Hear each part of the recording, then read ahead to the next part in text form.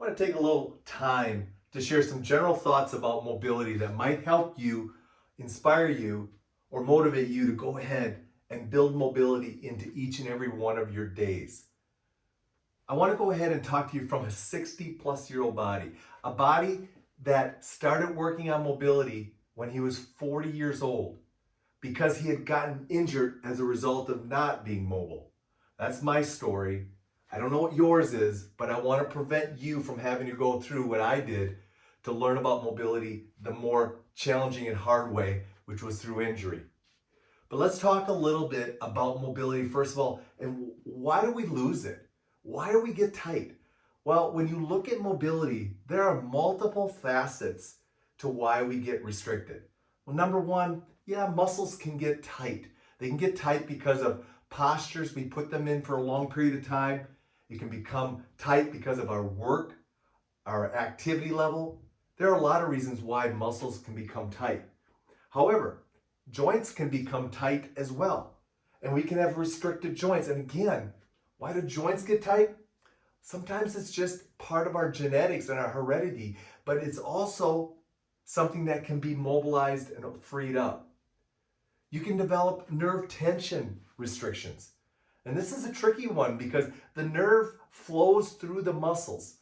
And as a result of that, if I go ahead and try to stretch a muscle and the nerve that goes through it is tight and restricted, that muscle is not going to stretch because the nerve is going to tighten before the muscle can be put on stretch.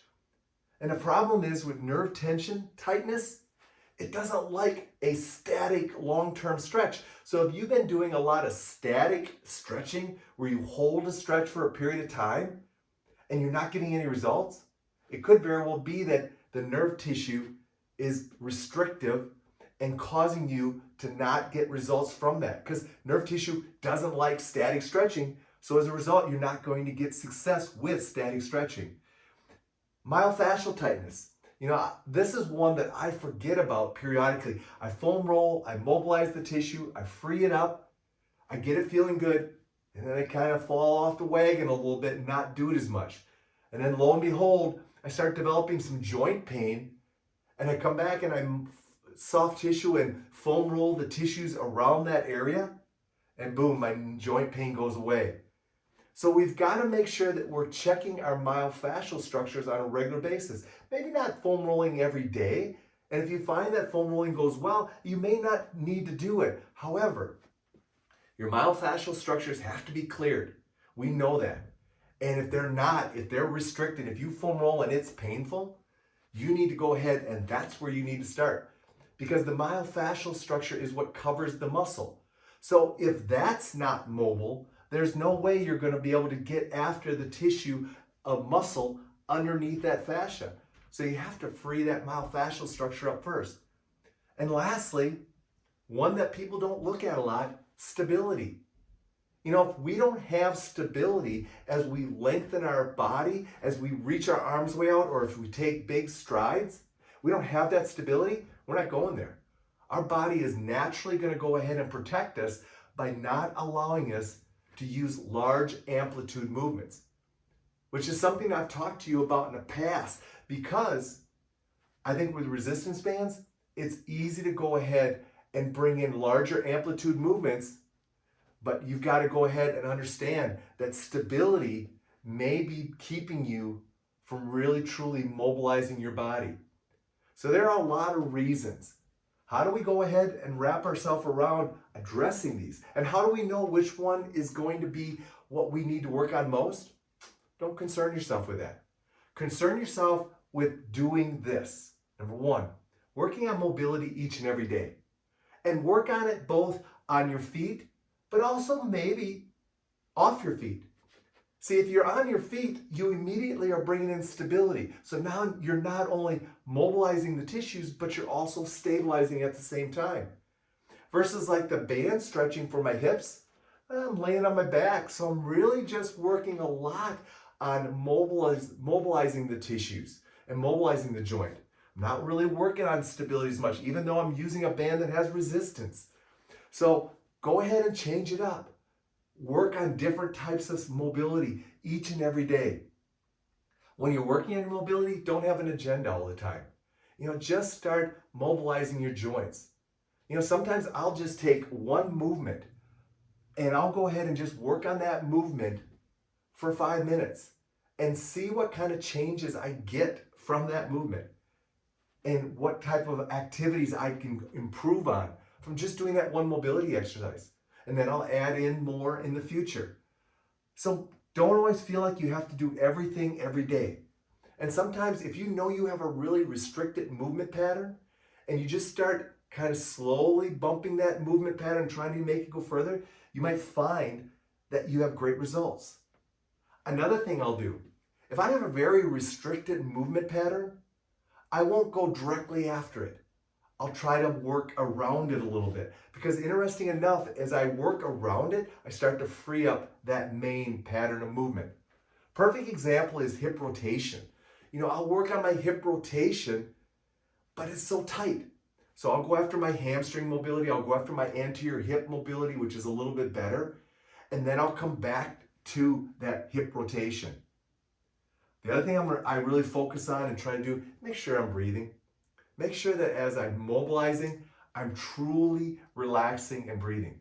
It's amazing. People have taught me for years and harped on my inability for me to breathe as I work out. And I now see what they were talking about. I really focus a lot on breathing and making sure that I'm bringing breathing into my mobility all the time.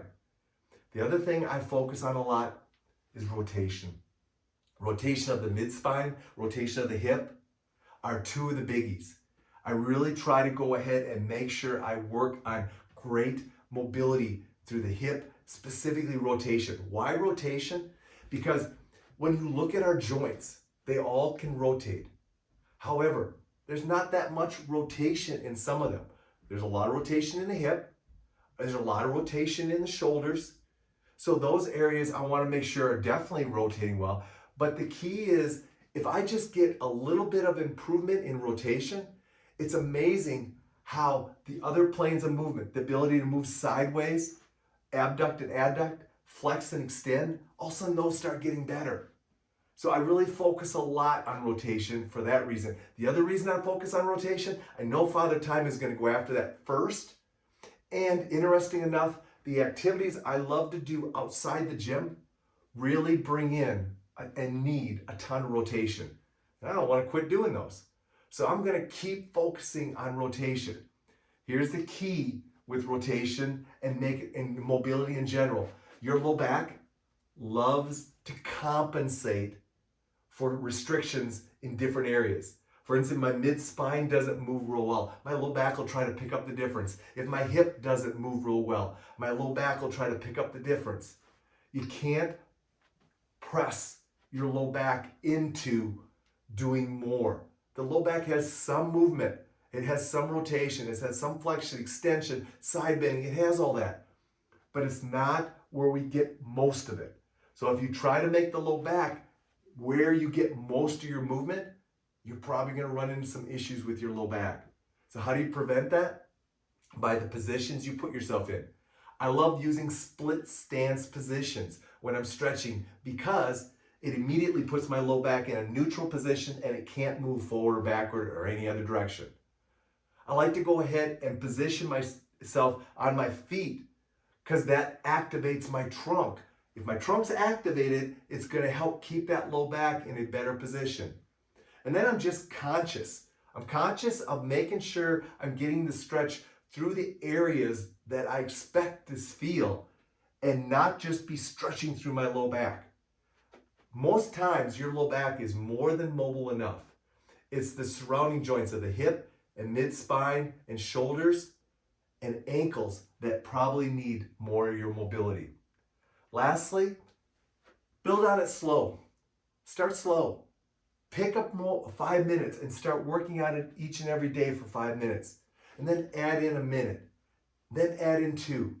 Gradually go ahead and start building yourself up to where you're working on 10 minutes of mobility. And you know what? If you have to give up a little bit of strength training and conditioning for more mobility, I think it's a good trade-off. And lastly, go ahead and make sure that your strengthening program is enhancing your mobility. We've talked a lot about that.